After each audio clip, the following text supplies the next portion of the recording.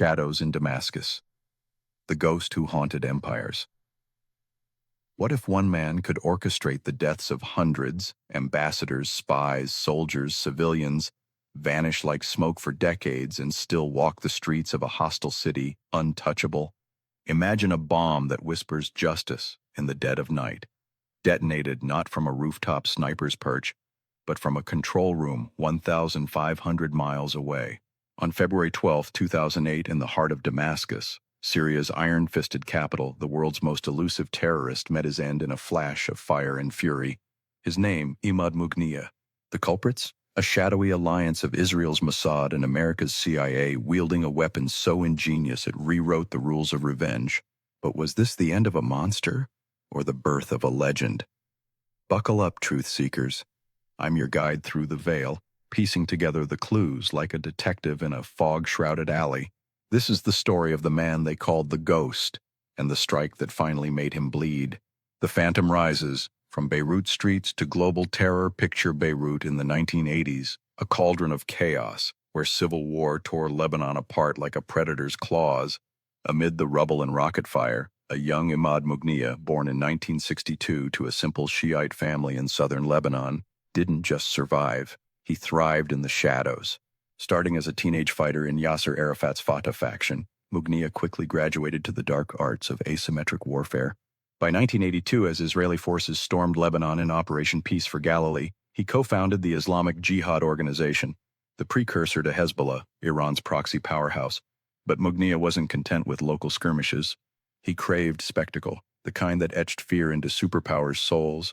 His masterpiece, the 1983 Beirut bombings.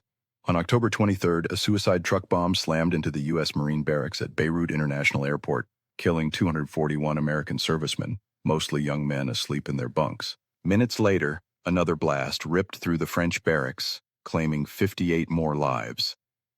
For Mughniyeh, the architect, watched from afar, his nom de guerre, Hajj Radwan, already whispering through intelligence chatter. But he didn't stop there.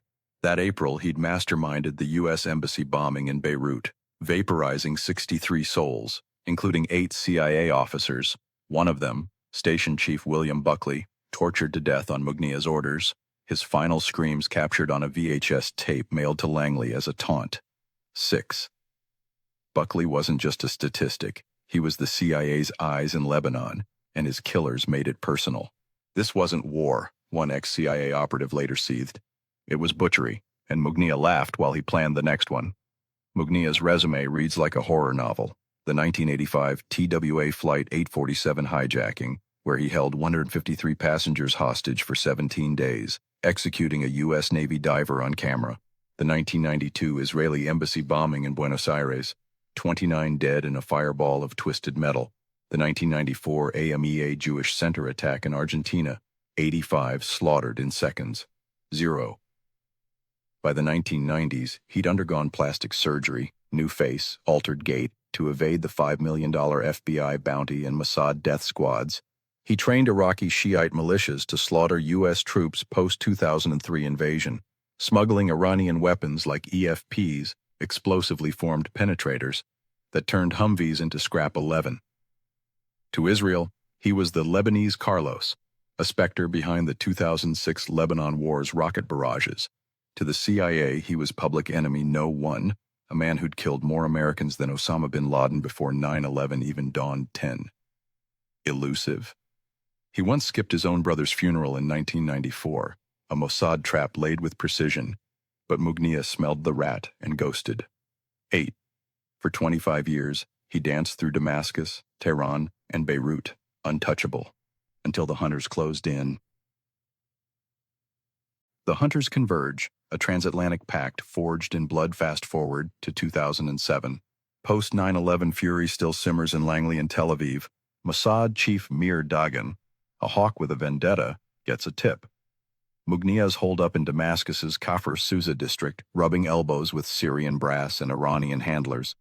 One Israel's alone couldn't touch him, not in Assad's backyard, with Russian spies swarming and Hezbollah bodyguards like wolves. Enter the CIA, nursing grudges from Buckley's grave.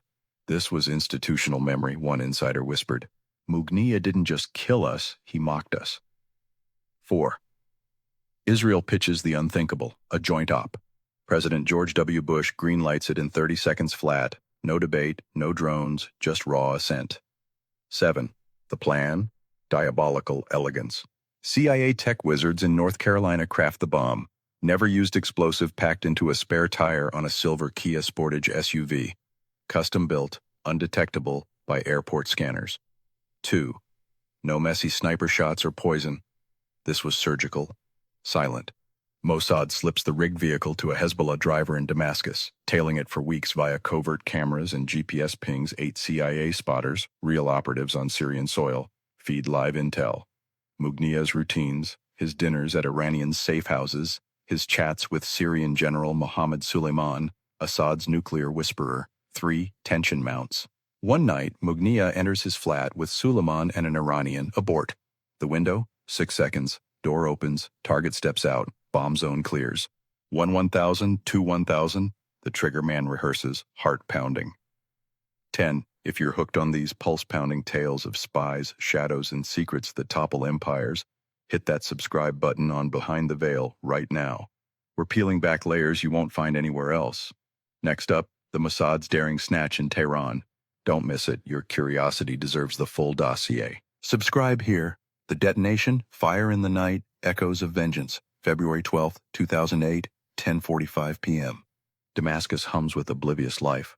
Mughniyeh, 45 and battle-hardened, steps from an Iranian guest house after a war council, alone for once, leaning on the Kia to chat with a companion. No warning. In Tel Aviv's Mossad HQ, a finger hovers over the button. CIA eyes confirm. Green light. Boom. The tire erupts in a shaped charge, shredding Mughniyeh's skull and right hand in a millisecond. His body hurled 10 feet, the car a crumpled husk. 2. Witnesses hear thunder, see flames lick the sky. Syrian media spins it as a mysterious blast, burying one body in an unmarked grave. Hezbollah's Hassan Nasrallah thunders open war from a bunker, but the retaliation? Crickets, disrupted networks, headless cells. 5. Israel denies. Olmert smirks. The CIA toasts in silence. The world is a better place, the State Department murmurs. 5. But the ripples. Mughniyeh's son, Jihad, falls to an Israeli airstrike in 2015. His pal Suleiman gets a midnight swim with Mossad divers 6 months later. 8. Vengeance begets vengeance, a cycle as old as the Levant. Yet here's the thriller's twist. Did they really kill the ghost or immortalize him? Hezbollah renames its elite Radwan force in his honor. Murals plaster Beirut, his face a defiant stare. In 2024, even Ehud Olmert admits Israel's hand. Too late for denials. Mughniyeh's shadow lingers, a reminder that in the spy game, victory is fleeting, legends eternal. What other phantoms prowl today? Stick with Behind the Veil. We're just scratching the surface. Subscribe, comment your theories below, and let's chase the next truth together. The Veil awaits.